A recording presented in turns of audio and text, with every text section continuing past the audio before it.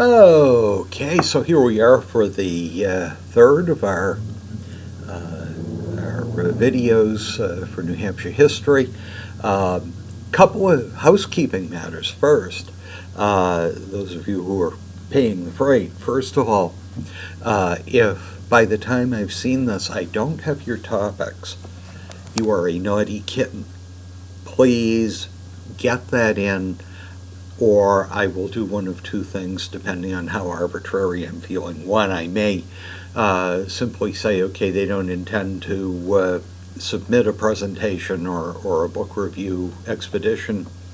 That's fine, 0.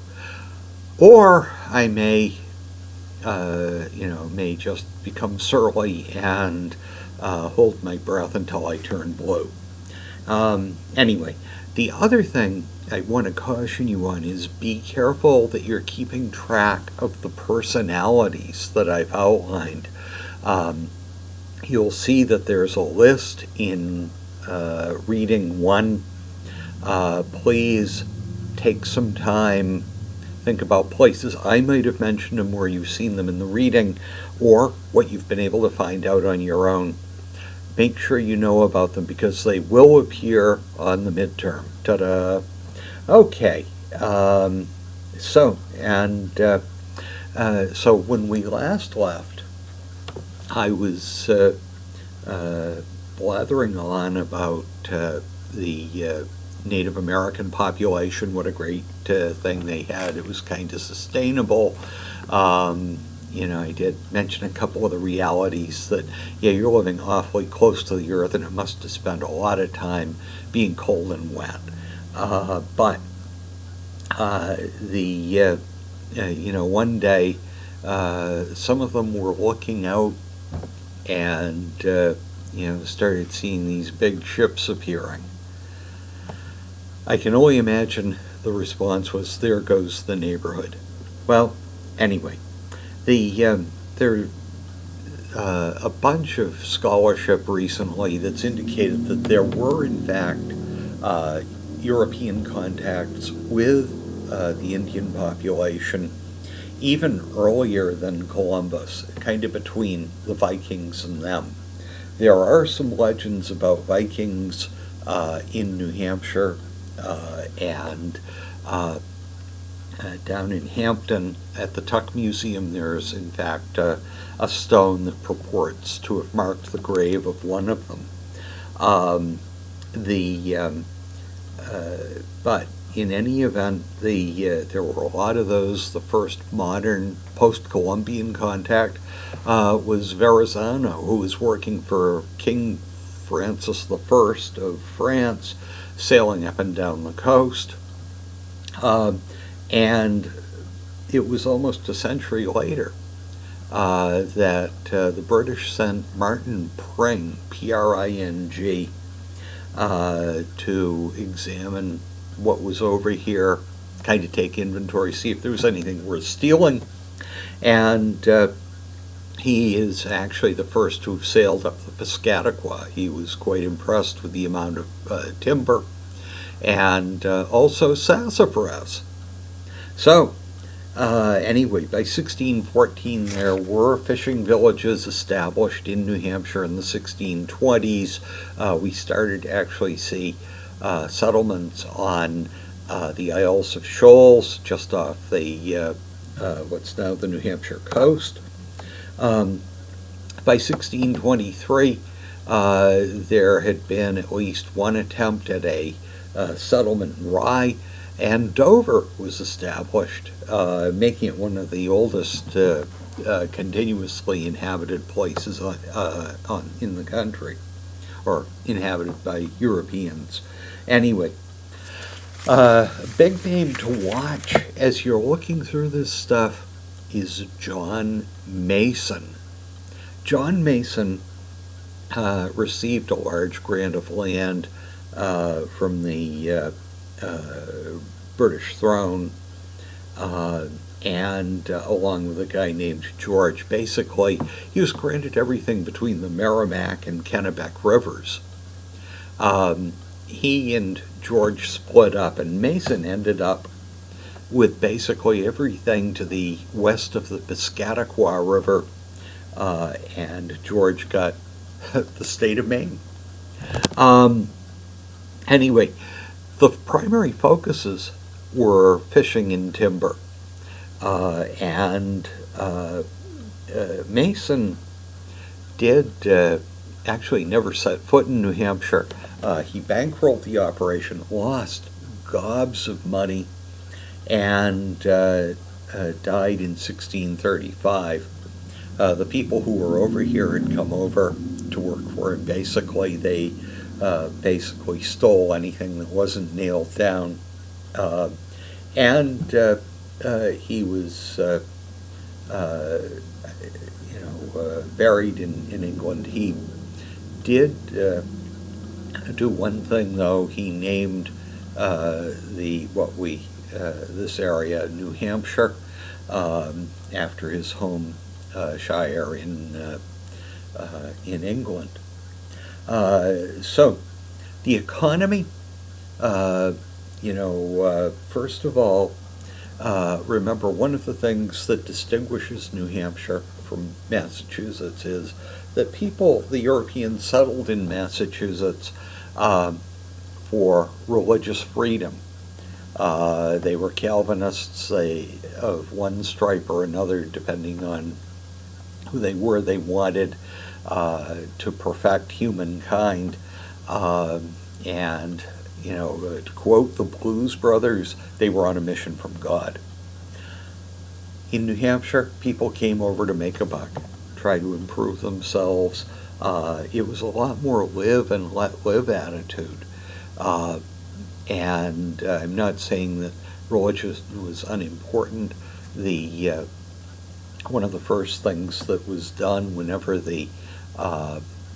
whenever a new settlement was made was a meeting house was erected, which served as a church. Churches performed a lot of the social welfare functions that we'd see now.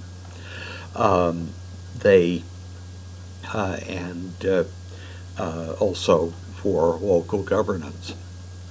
But the economy, get this clear, farming in New Hampshire was, and always will be tough. Remember, our friend Mr. Glacier left us some pretty rocky soil, acidy soil.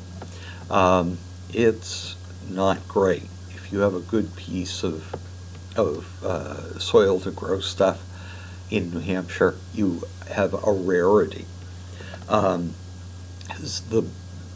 The economy went through a series of stages. First, fishing. Fishing was huge. Europeans were slurping up fish like you wouldn't believe. When you think about it, it was hard to cultivate cattle and stuff. So they were happy to see fish, dried salted fish. Actually, I like salted cod, but leave that out of this. The second thing, timber. There was tons of it. The acidy soil grew stuff that was great for building ships, in addition to which you had masts, these very tall pine trees that went 150 feet high, were ideal for building, for making masts for sailing ships. England lived and died with its Navy and Merchant Marine, so they were really excited about those. Follow a little more detail as you're reading about how those came together. Fur was never a big thing in New Hampshire. They tried it.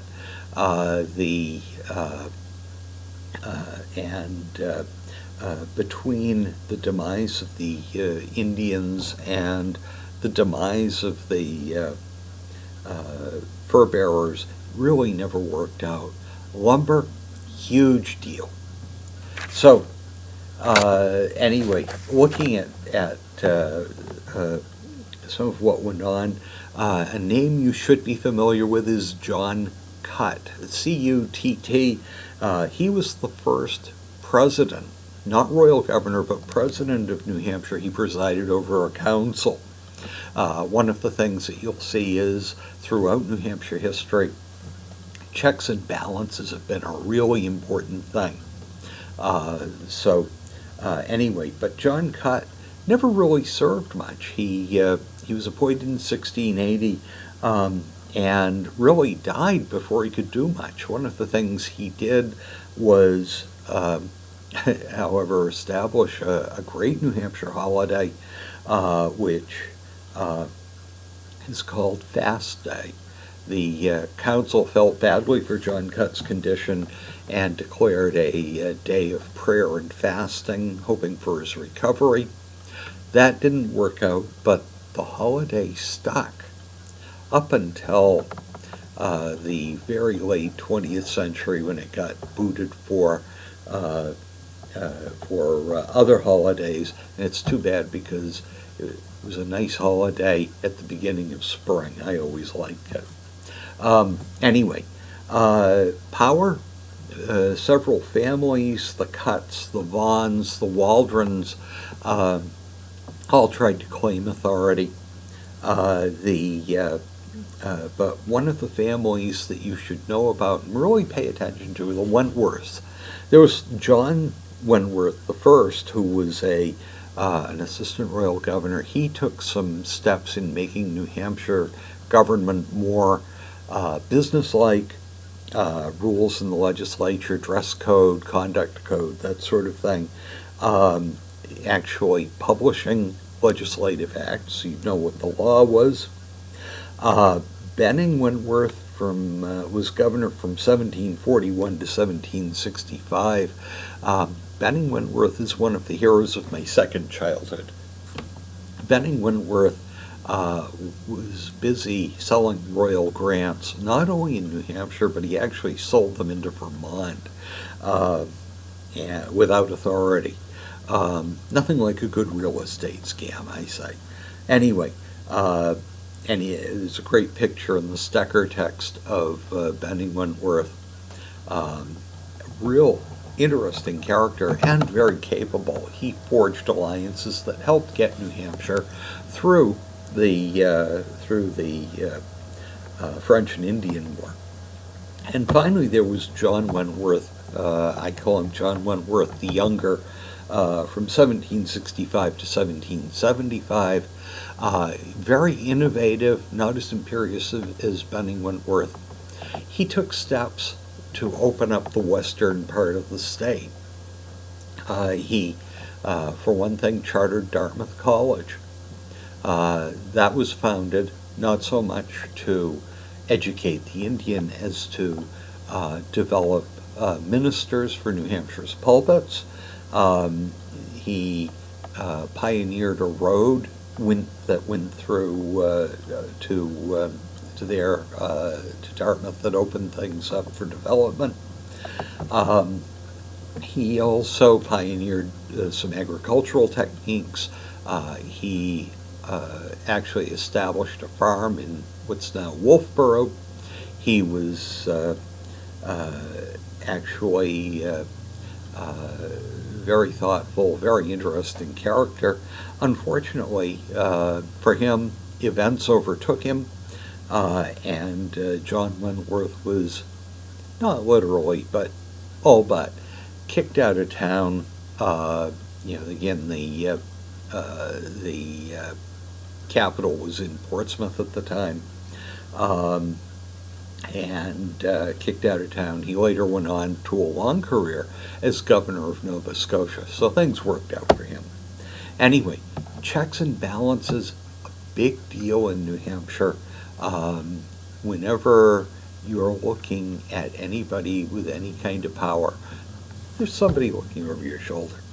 So, with that, I'm going to make my 15-minute deadline again. Keep stuff going, make sure you're participating in all the discussion boards, and we'll look for you next week.